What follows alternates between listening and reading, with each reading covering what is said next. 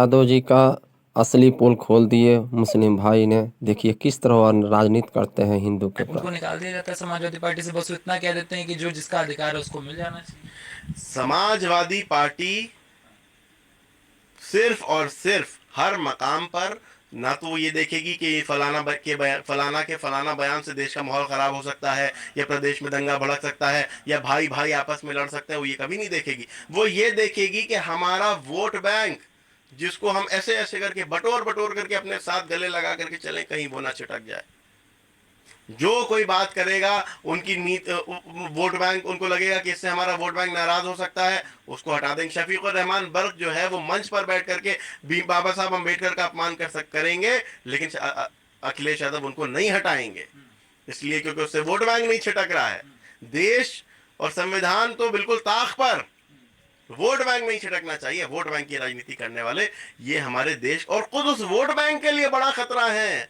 खुद उस vote bank के लिए बड़ा खतरा है कि जिसको मात्र वोट बैंक बना करके छोड़ दिया है। कि आज वो जो फखरिया कहते थे कि हमने राज किया है इस मुल्क पर, आज किस हालत में है, आज क्या कर रहे हैं, करंट उनकी हालात क्या है, इसका जिम्मेदार कौन है। ऐसे ही समाजवादी पार्टी, झूठे समाजवादी नेता हैं जो समाजवादी की आड़ में सिर्फ और सिर्फ परिवारवाद की बात करते हैं। ऐसे तमाम नेता, ऐसे तमाम ढोंगी झूठे सेक्युलर उन मुसलमानों के भी दुश्मन हैं कि जिनके वोट के बल पर जाकर के कुर्सी पर तो बैठ जाते हैं, लेकिन कभी भी जो है उनके हित में, उनके हक में, उनके भले के लिए कोई काम नहीं करते हैं। जहां पर उनको इम्कानात दिखाई देंगे कि हाँ यहाँ दंगा भड़केगा, यहाँ से झगड़ा हो सकता है, यहाँ से राजनीति चमक सकती है, जाकर के वहां खड़े हो जाएंगे, वहां नारेबाजी करने लगेंगे, और जो कोई नीति से हटेगा उसको निकाल करके बाहर कर देंगे। जो नीति पर जितना बुरा बोल ले वो सर का ताज उनके। मगर रविंद्र यादव कह रहे हैं जो हिंदू 2022 में करे उसे भुगतना पड़ेगा, आने वाली जनरेशन। देखिए ये तमाम वही लोग हैं जिनके लिए देश का माहौल, देश में लॉ एंड ऑर्डर की जैसी की कोई वैल्यू नहीं है। उनको लगता है कि हमारा बस हमें राजनीति करनी है। आज जो है वो हम 47 सीटों से जो है वो एक वोट बैंक को जो है सजो करके 100 पार कर गए। हम इसी तरह से जो है कुछ फॉर्मूले बना करके वोट बैंक को इधर से जोड़ करके उधर से तोड़ करके मिला करके सरकार बना लेंगे। तो ये उनके अगर वो ख्वाब देख रहे हैं तो मुंगेरी लाल के हसीन सपने हैं, क्योंकि आज जो देश हित की बात करेगा वही सत्ता में होगा, वही देश की गद्दी पे होगा। नहीं, उनका कहना है ये हिंदुओं को रुक जाना चाहिए, जो चीजें चल रही है अयोध्या, काशी, मथुरा, यहाँ पे रुक जाए, इसके बाद दिक्कतें आ जाए। देखिए मैं बार बार इस बात को कहता हूं कि हम लोग जो है वो ये देखें कि चीज़ें जो हैं वो कोर्ट के समक्ष हैं। अब वो चीज जो है, वो चीजें जो है वो कोर्ट के समक्ष आ चुकी हैं। अब वो बातें कोर्ट के सामने हैं, तो ये ना तो फैसला हम कर सकते हैं, ना फैसला करेंगे यादव जी। वही तो वैसे कह रहे हैं कोर्ट ठीक से काम नहीं कर रहा। 1991 का जो वर्शिप एक्ट है उसको भी तो विधानसभा, सॉरी, संसद में पास करा गया था। तो ये चीजें क्यों, जब संसद का एक कानून आया हुआ है वर्शिप एक्ट, तो क्यों कोर्ट इसमें दखल दे रहा? कोर्ट को करना ही नहीं चाहिए। मुस्लिम पक्ष का ये तो कहना जांच नहीं हो, 1991 हो चुका है, वहीं छोड़ दे। देखिए फिर वही बात आ जाती है कि बात जो है वो सिलेक्टिव संविधान से नहीं चलेगा, सेलेक्टिव कानून से नहीं चलेगा। जो हमें पसंद है हम उसको मानेंगे, जो हमें नहीं पसंद है हम उसको नहीं मानेंगे।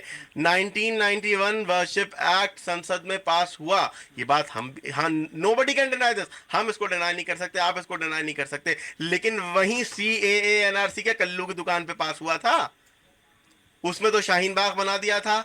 जाके शाहीन बाग में बेचारी महिलाओं को बेवकूफ बना करके सर्दी में बैठा दिया था, जाकर के यहाँ घंटा घर पे जो है वो धरने पे बैठा दिया था। हम वो नहीं मानेंगे, हम वो मानेंगे जो हमें लगता है हमारे पक्ष का है। तो देखिए सिलेक्टिव संविधान से तो देश नहीं चलेगा। फिर भी असदुद्दीन ओवैसी साहब से मैं बार बार इस बात कहूंगा, मैं तमाम लोगों से, मेरी इस इंटरव्यू को देखने वाले तमाम लोगों से कहूंगा कि देखिए बात, चीजें कोर्ट के समक्ष है।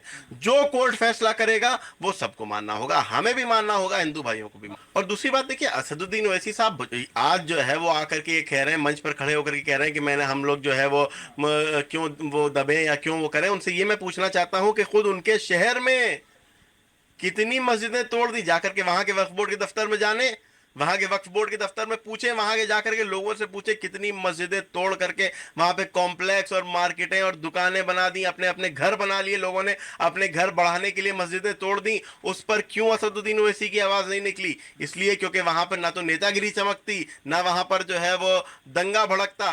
खराब करना था माहौल उत्तर प्रदेश का जाकर के, हिंदू मुसलमान की राजनीति करनी थी उत्तर प्रदेश में जाकर के, इसलिए यहाँ पर आकर के सारी बातें कहते हैं, मगर कोई महत्व नहीं है इसका, कोई महत्व नहीं है। चीजें न्यायालय के समक्ष है, जो कोर्ट का फैसला होगा उसे हम सबको मानना होगा। न्यायालय के समक्ष है, मगर मुस्लिम पक्ष तो कह रहा है कि हिंदुओं को पता नहीं है ये फवारा है, ये फवारे को शिवलिंग शिवलिंग कह रहे हैं आप सोशल मीडिया पर जिस तरीके से। देखिए अब जो अभी हालात हाजरा है, जो अभी जो करंट सिचुएशन है, उसमें देखिए हम लोगों को फिर भी ये देखना है कि हमें इस बात को, अगर वो ये कह रहे हैं कि ये फव्वारा है तो हमें साबित करना है कि ये फव्वारा है, अगर वो ये कह रहे हैं कि शिवलिंग है तो हमें साबित करना है शिवलिंग है। हमें अपनी दलीलों से साबित करना है, उन्हें अपनी दलीलों से साबित करना है, लेकिन ना तो हम उन्हें ये अधिकार देते हैं, ना वो हमें ये अधिकार देते हैं, ना देश का संविधान हमें ये अधिकार देता है कि हम किसी के भी धर्म का मजाक उड़ाएं। हम जिस तरह से आज हिंदू धर्म की आस्था के प्रतीक का मजाक उड़ते हुए सोशल मीडिया पर देख रहे हैं, ये घोर घोर निंदनीय है।